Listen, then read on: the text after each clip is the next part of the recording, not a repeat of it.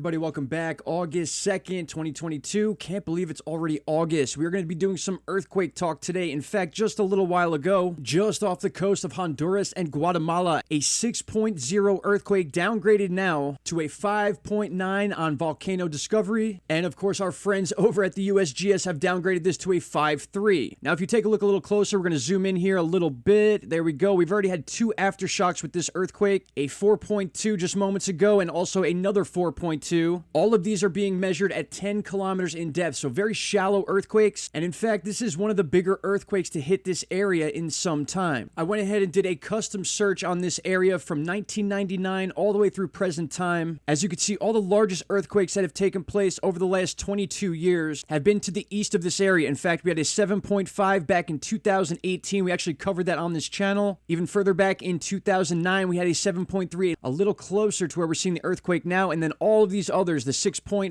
the 6.1, the other 6.1, all of these are to the east of this immediate area. Now, something interesting about the fact that this earthquake took place, and I'm pretty sure I figured it out. So we're going to take a look at the last 7 days, all magnitudes. And what I want you to do is focus on the area of Puerto Rico. We're going to zoom in here a little bit. And over the last 7 days, you can see a pretty big earthquake swarm has been taking place. This has actually been going on for over a month now. A lot of small earthquakes, a lot of pressure being released in this area. And then just 2 days ago, we had a 5.0 earthquake near the Dominican Republic and Haiti, downgraded to a 4.7 on the USGS. Take that with a grain of salt. I do believe this was much closer to a 5.2. And at least in this case, what you're seeing is almost the opposite movement of pressure. So we have the swarm going on in Puerto Rico. We had a quake take place in the Dominican Republic and Haiti. And then just 2 days later, one of the bigger quakes to strike this off-coast Honduras, Guatemala, and Belize area near the Caribbean and obviously the Gulf of Mexico. It would seem that the pressure is moving in an east to west direction when normally, at least according to other earthquake researchers, when we get a lot of action on the west coast, we then see a lot of pressure movement going down towards the Baja region of California and Mexico. And then we see those west coast earthquakes along the Mexican border. And in turn, we even see this area skipped as a whole. And then we see the pressure jump down towards Peru and Bolivia and Chile, where we get a lot of these large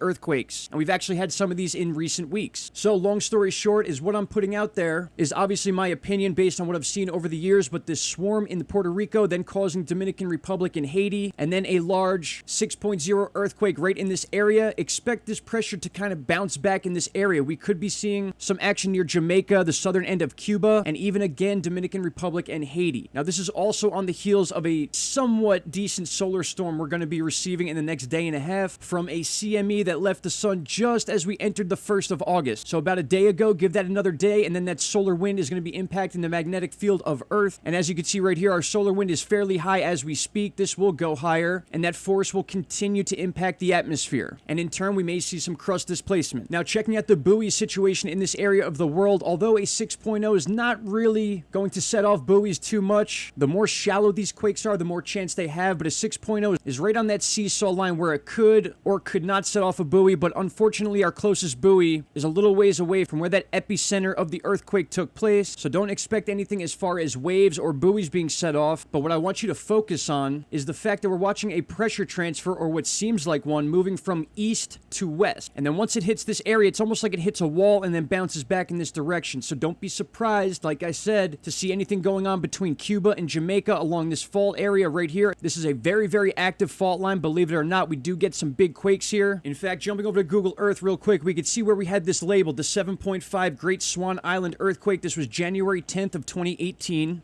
And you can just see right here the geography of this area. There's actually two significant fault lines. One that runs from the western edge of Cuba down into the area of Belize, Guatemala, Honduras, and then one that kind of jags up in this direction, which is where the pressure transfer usually goes. It usually moves from a west to eastern direction. And at times when pressure comes down from Cuba, it kind of bounces off this area. But we're seeing a reverse in that right now. So once again, I'm just trying to explain the fact that the pressure may come in this direction and then bounce back in this direction. So we have a history of large earthquakes near the Cayman Islands, and also a very large earthquake that hit Jamaica a few years back. So long story short, this area is very prone to large earthquakes. I'm not saying there will be one, but I am saying keep your eyes open in the coming days. I apologize for being away for a few days. I was in Canada once again, but I'm going to be covering these crazy floods going on, not just in Kentucky, but also in the last 24 hours, Uganda was hit with a major flood, bringing a very high death toll. They are still recovering from this and trying to figure out exactly what took place. Lake Victoria, I think, played a huge part in this weather system. You can see right here, Uganda sits basically on the equator of the earth, and here is Lake Victoria, a very big open lake that very much controls weather and affects rain rates in Uganda. Now, rain is not scarce in Uganda. It just so happens that the areas that were hit have a very big issue with stable ground. Like, quite literally, the ground they walk on is very unstable, very loose. And in fact, I was just speaking to my girlfriend who told me that they were doing a very big tree planting operation to try to strengthen the ground in this specific area that got hit with this devastating flood. A very unfortunate situation taking place in Eastern Africa. And keep in mind, Eastern Africa is also a place where some of the weather emerges and then gets caught up in this area, and then eventually, as I'm sure many of you are waiting for, these turn into major systems that then come off the west coast of Africa down towards the Cape Verde Islands, and then welcome to hurricane season. We still have a good 3 months of peak hurricane season coming up, and I truly believe we are going to go through a ton of those names. It has been very quiet, but not only is it tornado season in the US, we are entering the peak of hurricane season. So stay tuned for many videos on that as well, and I will keep you all posted on the seismic activity situation going on near the Caribbean, Honduras, Guatemala, and all over the world. It is good to see you all again. I want to thank you all for taking the time to watch this video. Questions or concerns, please leave down below. Shout out to Canada, and I will see you all in the next video. Take care. Bye-bye. Stop right there, my friends. If you have not already, click that subscribe button, and don't forget to hit the bell icon. Click all, and you will get all notifications from this channel. And trust me, you